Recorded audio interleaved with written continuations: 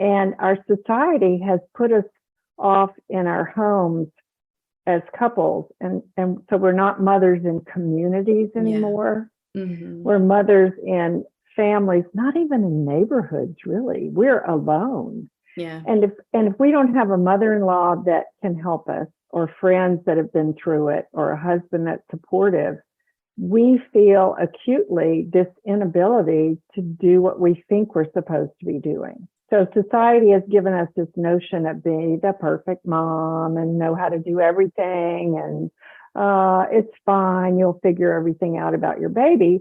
That's not reality. Reality is it takes months to figure out how to be a good mom, how to ask for help when you need it. That's probably the number one thing that depressed moms cannot do, is ask for help when they need it. This is Unconditioning, Discovering the Voice Within, with Whitney Ann Jenkins. Hello and welcome to the 55th episode of Unconditioning, Discovering the Voice Within, where I bring on guests and we talk about the inner authentic voice and the challenges and the rewards that come from following it. This week, I have with me Susan Landers. Susan is a retired neonatologist. She's an author and a speaker. She practiced full-time in the NICU for over 30 years, and she wrote a book about her experience called So Many Babies, My Life Balancing a Busy Medical Career and Motherhood. She's an expert in physician burnout, having suffered through it herself, and she's published articles on the subject as well. I had a very enlightening time speaking with Susan about the challenges of being a mother in our current society and all of the demands, including the rise of an increase of postpartum depression in new mothers. Dr. Susan Landers brings a whole lot of wisdom from her personal life as a mother, as well as working as a doctor that directly works with new mothers. So here is my conversation with Dr. Susan Landers. So are you single, married, with children, without children? I am without children. So you're just getting started. Okay. I am an aunt, however you Good, prefer to say it. good. And it's a little introduction into that Nice. world for me. But I've also been a Nice. nanny many, many times. So Good. I don't know anything about performing, but my son is a cinematographer. okay. He hangs out with your type, the creative set. I've always hung out with other doctors and nurses and scientists, and I've been sort of wearing blinders my whole life. I didn't even learn that I had much creativity until I retired. Yeah. Actually, that's not true. I got burnout at the very end of my career, and I started playing the piano, and I started doing some needlework, and it kind of got the creative juices flowing. So a little bit. Yeah, it's interesting how we think of the word creativity and how it's associated with genius and people of like extreme artistic ability, when really like every moment of our lives is sort of our own creation. So it just depends on how you use that in your perspective. I think of creativity as right brain activity, whether you're dreaming or imagining or writing or drawing or making music. I think creativity is sort of this outlet to me. It's an outlet to not be in your logical, overworked, hyper-responsible left brain. Yeah. And so throughout my career in medicine, I spent so much time in my left brain making things work and making diagnoses and prescribing therapy and using medications that I think along the way I might have forgotten to use creativity. And so in my older years, I've rediscovered how helpful creativity is, how wonderful it is. Yeah. A rebirth in a way. In a way, yes. Yeah, exactly. Speaking of babies. Yeah, so our conversation is just going to be really organic. So it's really talking about you and your story and your journey and how you've gotten to where you are from where you began. You've had to go through a lot of things in order to get where you are. Right, right. Right. And you mentioned that you didn't feel like women really got to their authentic voice until they're in their 40s. And I thought that was really interesting.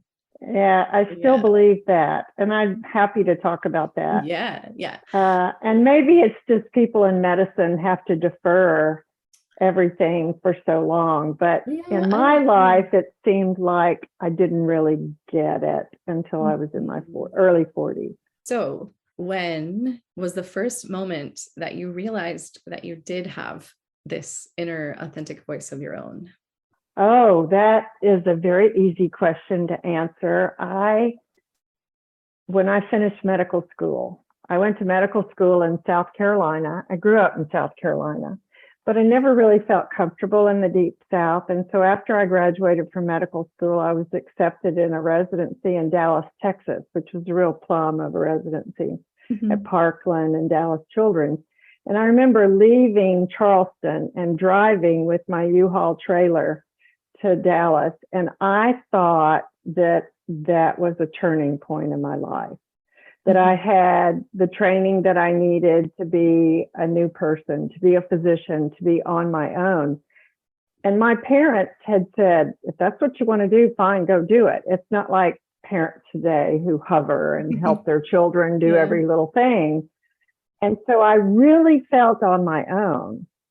In retrospect, I didn't have enough training. 4 years of medical school is just a drop in the bucket. So there were 3 years of residency in Dallas, 3 years of fellowship in Houston, where I became a neonatologist. And that's when I felt an inner voice as a physician. I loved working in the NICU and the critical care, intensive care nursery. I loved working with mothers and babies. And I felt like I was a good doctor. I'd had good training. I had some challenging experiences. That's back in the 80s. That was a difficult place to work because we didn't have good ventilators and we didn't have artificial surfactant until late in the 80s. And so a lot of the babies had complications or didn't survive. It's different now, but I was entering a career that I thought allowed me to practice and attend to people, really be present with the moms, with the dads, not just take care of a baby in the intensive care nursery, but getting to know them over 3, 4, 6 months, be part of a family. And that inner voice, that kind of mother doctor presence, I think I had as early as that would have been age 34, 33 or 34, where I really felt like I knew what I was doing. I liked my field, and I was making a difference. I was helping children. I was helping parents. And in neonatology, there's this tradition. NICUs always invite back their surviving babies to come to a neonatal reunion in the spring so that any children that have left the nursery and gone home to grow and thrive are invited back. And so neonatal reunions were always just the best thing because the moms would come back with their twins or triplets or a beautiful baby, and we'd all just be so joyful, and the parents were so grateful, and it just warmed my heart in a way that never left. It never left. And that's the best thing about my professional career. Interestingly, I got married when I was 34 later. And met my husband at Texas Children's Hospital in Houston. And we had 3 children within 7 years. I was older and I wanted to kind of, get on with having a family. And I was really lucky that the first 2 kids were pretty easy, and it took a while to have the third one. I was almost 40 by the time I had my third child. But that's when I learned, Whitney, that I didn't know what I was doing. And as a mom, my inner voice was sort of stuttering and faltering and bumbling and making mistakes. And here I was, a pediatrician, subspecialty trained pediatrician, and having children who presented all these things to me to deal with, whether it was breastfeeding or a fever or biting at school or a gifted child or tantrums or bedwetting or whatever normal little things they do. I discovered that I discovered that I was enough of a perfectionist as a doctor, and I must have carried some of that over into my being a mom because I wanted to be a perfect mother. Mm-hmm. And the first 7 to 8 years, when I had my 3 children, I learned that I was not a perfect mother. So there wasn't an inner voice as a mom. I didn't feel that like I felt it as a doctor. Right. And it was almost a paradox. The doctor thing came easier, but I had 10 years of training, 4 years of medical school, 6 years of training. And so, 10 years of training to be a neonatologist, and then 7 or 8 years to know how to be a mom. And so, I was still kind of overly trained as a doctor and less trained as a mom. It took me, I think, in retrospect, about 10 years to feel really good about being a working mom. You have friends who are working moms, I'm sure. Oh, yeah. And they're always complaining that they're either worried about their kids or worried about their work or trying to do one thing while present in another. And it's just this huge paradox. Right. Yeah. And so I was 40. We moved to a new city. My husband accepted a great job. So I was feeling really good about being a neonatologist. I was feeling better about being a working mother. We moved to a new city and I didn't like my job. And I turned 40 and we had a new house and the kids had a new school and I had a new nanny. We were fortunate enough to be able to afford a nanny. And I fell apart. Mm-hmm. Major depression. And I'm not ashamed to say that because it turned out to be a real growth opportunity for me. I worked through it. I don't know how I kept working. And I saw a psychiatrist and I was on therapy. And I like to speak out about treatment for depression, especially postpartum depression in women, because it's so effective. The treatment is so effective. And my psychiatrist asked me to explain to him what my life was like. What was my inner voice? What did I want out of my life? Mm-hmm. the same kind of notion that you're trying to get at with your podcast.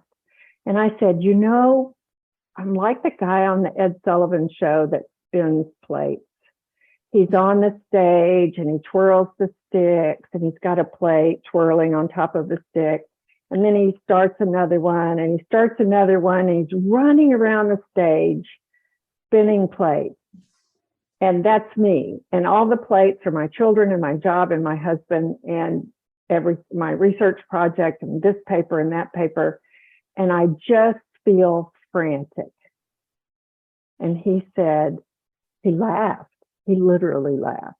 I don't know if psychiatrists are supposed to laugh at you, but this one did. And he said, why don't you take down some of the plates? And so with his help, I started identifying what was important to me and what was not, and made choices. I wasn't going to give up any time with my kids because I was already working a lot. I wanted to maintain my marriage. I wanted to have some friends. And I chose less work and more personal things. And I slowly got well. And I loved my friendships during that time. And my marriage became stronger. And I think I was pretty good working mother. I that time in my 40s is when I was able to look at myself and say, I am a pretty good mother. I know I'm a really good doctor. Our marriage is going okay with some work. And I was actually brave enough to try something different. I went to work for an HMO. I worked as a medical director for an HMO for a few years. And I didn't like that because it wasn't really medicine. Mm-hmm. It was the wrong side of the fence. Yeah. And so we decided to follow job opportunities in Austin, Texas. And my husband and I both went into private practice. And that's where I have lived and practiced for the last 25 years. And we kept on raising our 3 kids, and they all turned out pretty well. The girls both have anxiety, but they all turned out really well. So the point of telling you that story is that it took me some time in my 30s to get my feet under me as a working mom. And then in my 40s, it took this major blow. And maybe it was a culmination of moving and work and small children, but it took a major blow for me to stop and figure out who I was and what I wanted. And that's what I mean by finding my inner voice in my 40s, because I was ready then to do the work. Yeah. To really say, what is important to me? I didn't want to stop practicing medicine. In retrospect, maybe I should have practiced part-time, but I didn't go that way. And I kept practicing full-time. And I did less research and less academics and wrote less papers and did less of other things. And I was happy. So I think my inner voice was but acknowledging who I was, what my strengths were, what my weaknesses were. I was never very good at research anyway, and I didn't have a very stellar academic career. So I decided really to kind of let that part of it go and do the things that I felt like I was really good at. Yeah, thank you for sharing that story, because I feel like a lot of people like to pretend that they've had it all together all this time. Forever, yeah. Yeah, but also like, since you've been a doctor, especially in the realm that you are in, and the way that our society has kind of shifted, women are, I think, starting their lives later and later as far as having children. Right. So that they can pursue that career also. Right. So what have you seen within what you're doing that you feel is a reflection of what you went through as well? I think women are moving, women in medicine are moving, having babies back into med school and residency. I didn't. I waited. I delayed. So they're kind of pushing that envelope back a little because they don't want to be 40 when they have a baby, because it's really hard to be 40 and be pregnant. It's very tiring. And professional women, career women, working mothers figure out that the longer they wait to have children, the harder it is to have children. Infertility goes up the older you get. And so, yes, our society has provided beautiful opportunities for women, but I think a lot of women are like I was. They really want it all. They want to be a career person, have a full-time job, and be a mom. And that's okay for us to want that. Mm-hmm. It's just the most difficult thing on the planet to do. We are wired in a way, women are wired to be mothers, to be caregivers, to care about others' feelings. And even though I have a great husband, and he's always been a big helper. Nowadays, for every 1 hour that women work in the home with childcare or household chores, so for every 5 hours that women work, men work 1. And so there is still this huge discrepancy between how men approach their career and having a family and how women approach it. So we've been given permission to pursue professions. Women are in law school, medical school, nursing, teachers still, well, they're leaving teaching, but still, women can do anything they want. They can be scientists, they can be astronauts. But they figure out that when they start having children, no matter when it is, the weight, the burden of that responsibility is wholly different from men. Yeah. We don't even see it, feel it the same way. I'll tell you another anecdote that opened my eyes to this. David, my first one, was maybe 3, and he had a fever. I think I was pregnant with my second one. And I woke up early and called the pediatrician and got an appointment, and I needed to go into the hospital to make rounds. My husband came downstairs. He had on his white coat and was walking to the door. And I said, "Where are you going?" And he said, "I'm going to work." And I said, "Well, what about me? David's sick. I got to take him to the pediatrician. I've got to get somebody to cover for me." He said, "Well, you'll handle it. You always do." And he walked out the door. Oh. This is a true story. And I bet a lot of your listeners are going, "My husband's done that to me before," because they don't see it the way we do. They don't feel it. They don't worry about the kid at school like we do. They don't worry about the child that has special needs the way we do. And so what women have done then is put themselves in a position to be workers and professionals, but they also carry this huge burden of being mothers and matriarchs and the head of the family. So in that sense, what our culture has done for women has made it harder. Does that make sense? Yeah, absolutely. Definitely. And as far as like postpartum goes, have you seen that increase along with all of these extra responsibilities when trying to juggle and spin all of the plates at the same time, as you described? Yes, postpartum depression has increased. It now affects 1 in 8 women. That's astonishing. 1 in 8 women will sometime within the first year after birth have a major depression where they are either anxious or depressed. They feel like they can't do it. They feel alone and isolated. They don't feel confident taking care of their baby.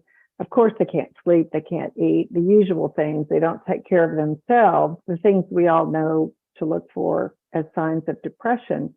But then they're new moms and they're going, "I don't know how to be a mom." And our society has put us off in our homes as couples. And so we're not mothers in communities anymore. Yeah. Mm-hmm. We're mothers in families, not even in neighborhoods, really. We're alone. Yeah. And if we don't have a mother-in-law that can help us, or friends that have been through it, or a husband that's supportive, we feel acutely this inability to do what we think we're supposed to be doing. So society has given us this notion of being the perfect mom and know how to do everything, and it's fine, you'll figure everything out about your baby. That's not reality. Reality is it takes months to figure out how to be a good mom. Breastfeeding is not easy. It's a learned skill. How to ask for help when you need it. That's probably the number one thing that depressed moms cannot do, is ask for help when they need it.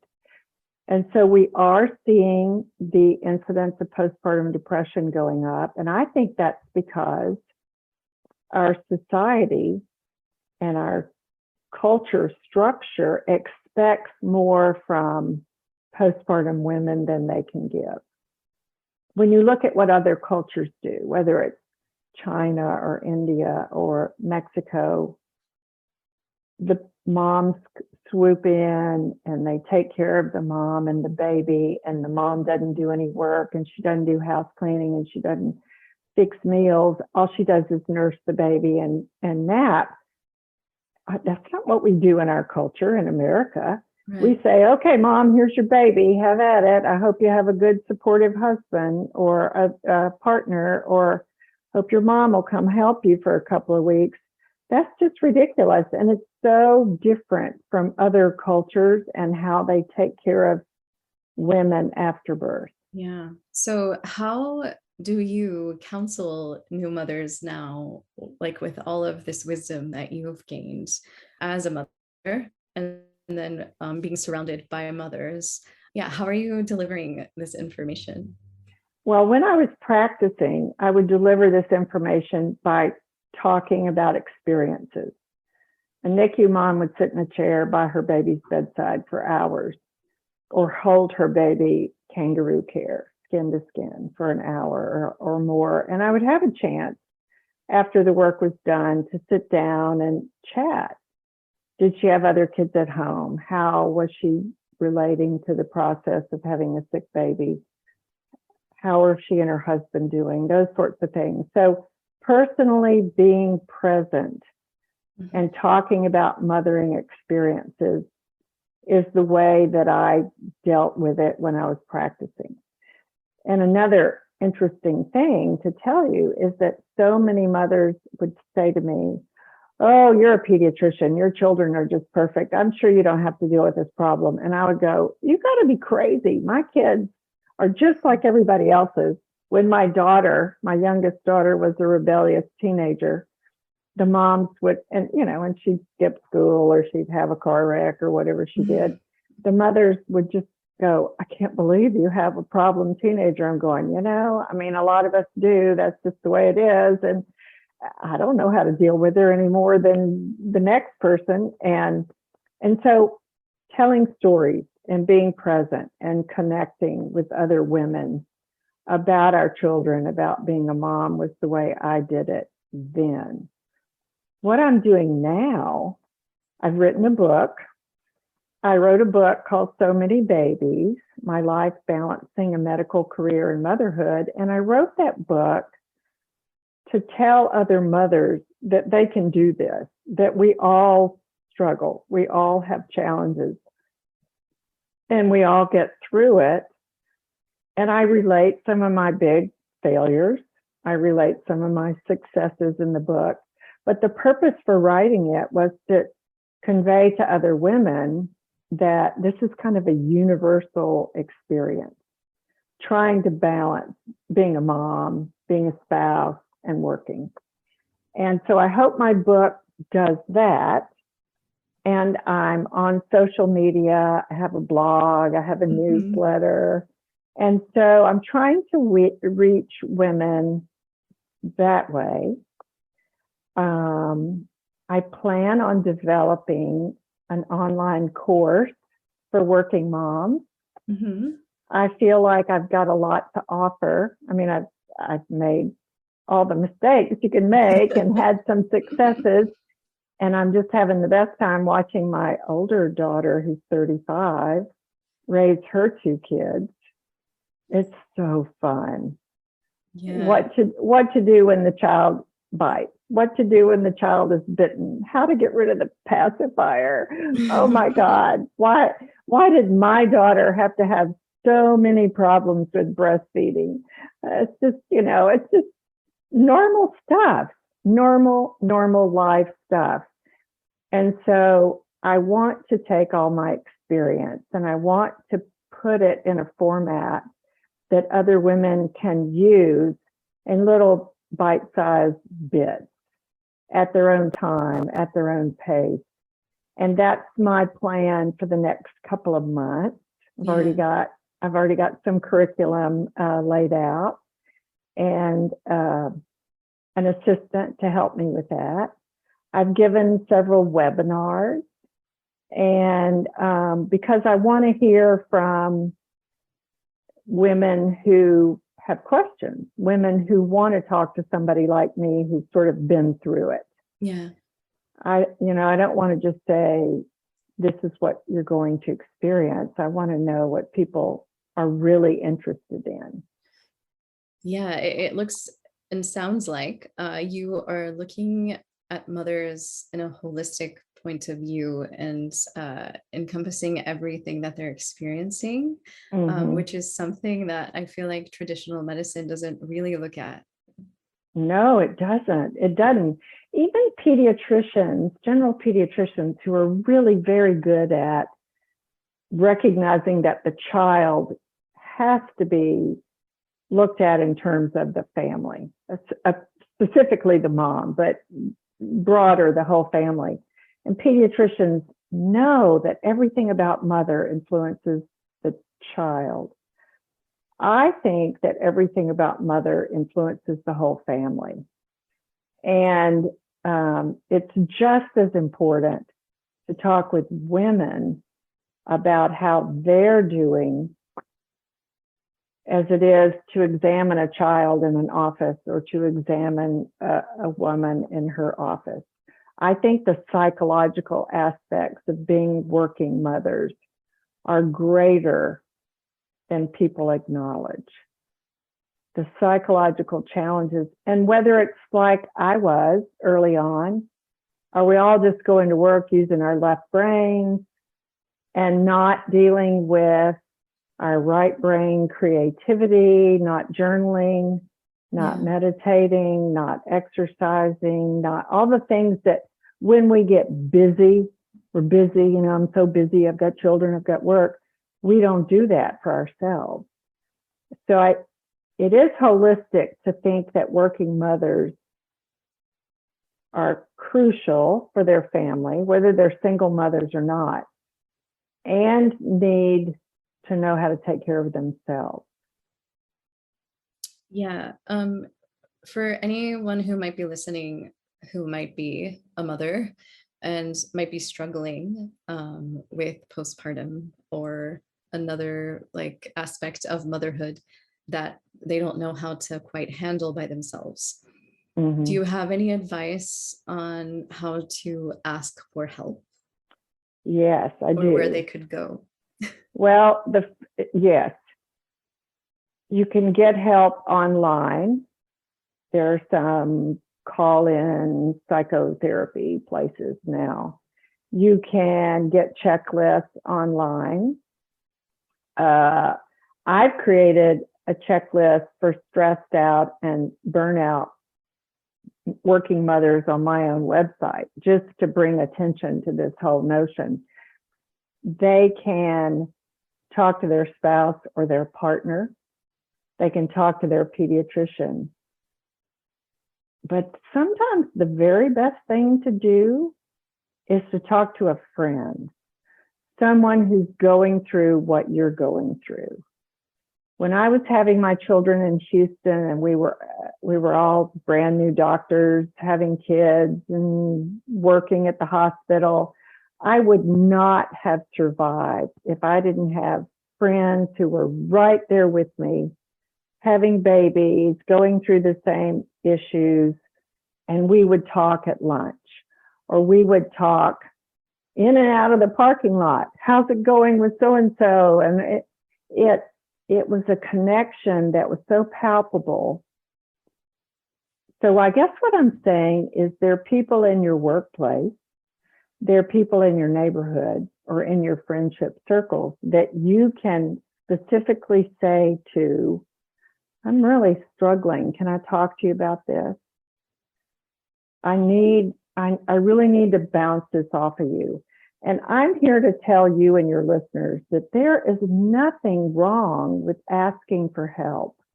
Our society wants us to be independent and productive. And I think part of being independent is saying, I need some help. But maybe it's just because I'm older and I'm capable of admitting that. So my answer to your question is they have to ask for help. And where they get that help will be different for each woman. Is it a mentor at work? Is it a friend, coworker? Is it their partner? Is it their husband? Is it their best friend that they go on walks with in the morning? Is it their mother? Mhm. It'll be different for everybody, but asking for support is just a crucial part of human nature that we need to get back to.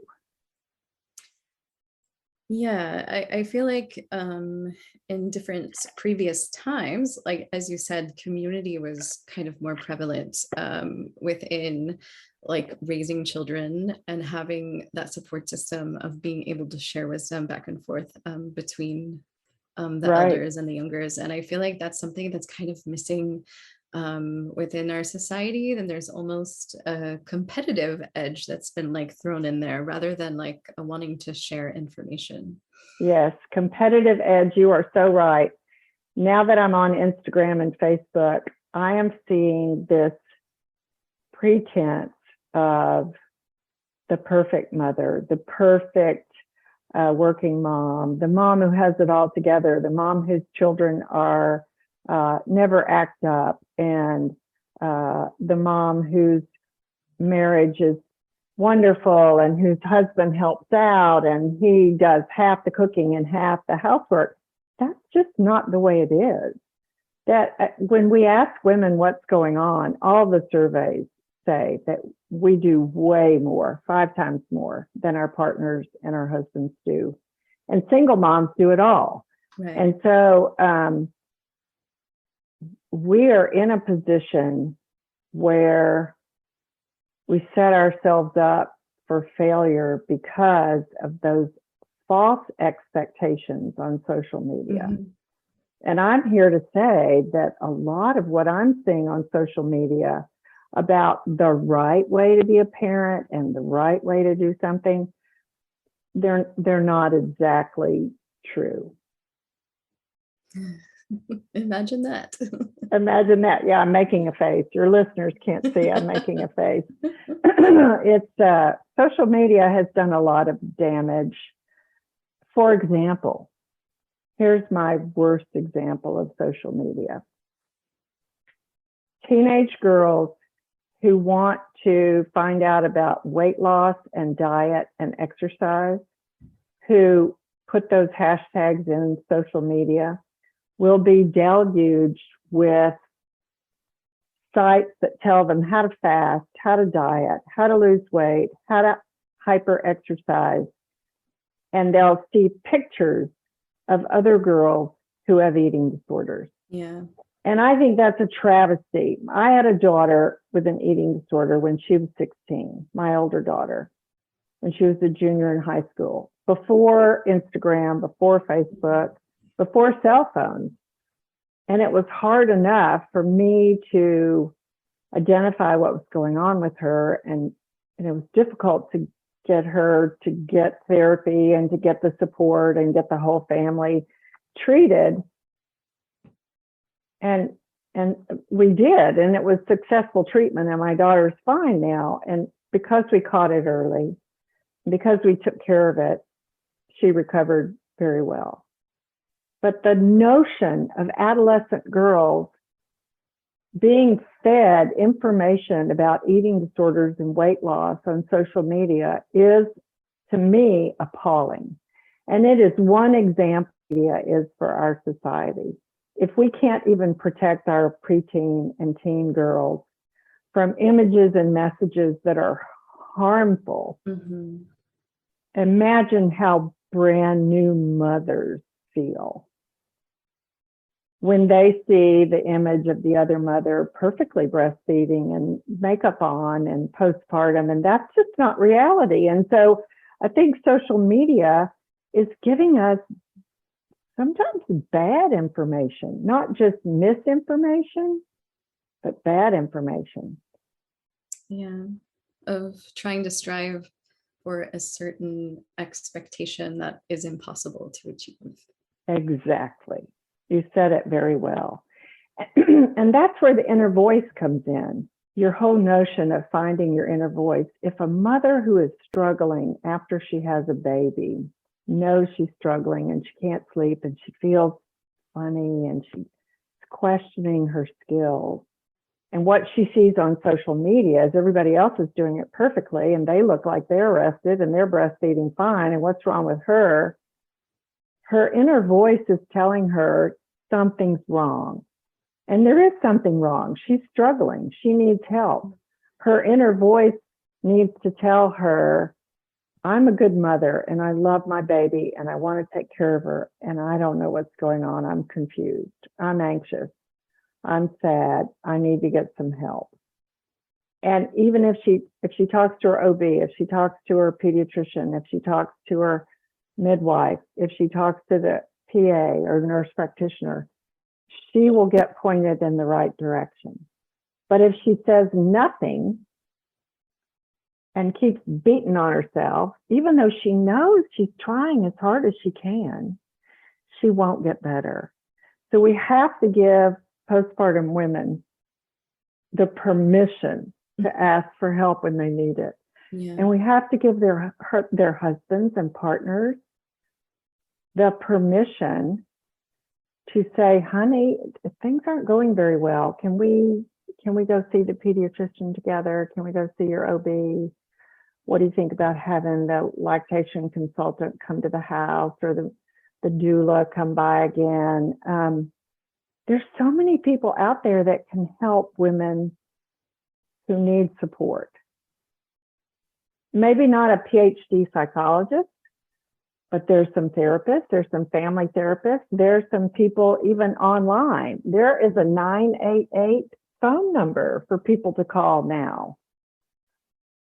So yeah, and there's also the fact that everyone on the planet comes from a mother, so there's so much wisdom to go around. If we would just exactly, talk to each your other, own yeah. mother, right? Your own mother. Yeah. That is so true. And my daughter would say to me, what do you think, Mom? But I didn't say a word until she said, what do you think, Mom? Yeah, but they're our own parents, our own in-laws. So I just want women who are struggling to feel permission to get the help they need. Because I think what working mothers are doing and what mothers postpartum are doing is difficult in our current culture.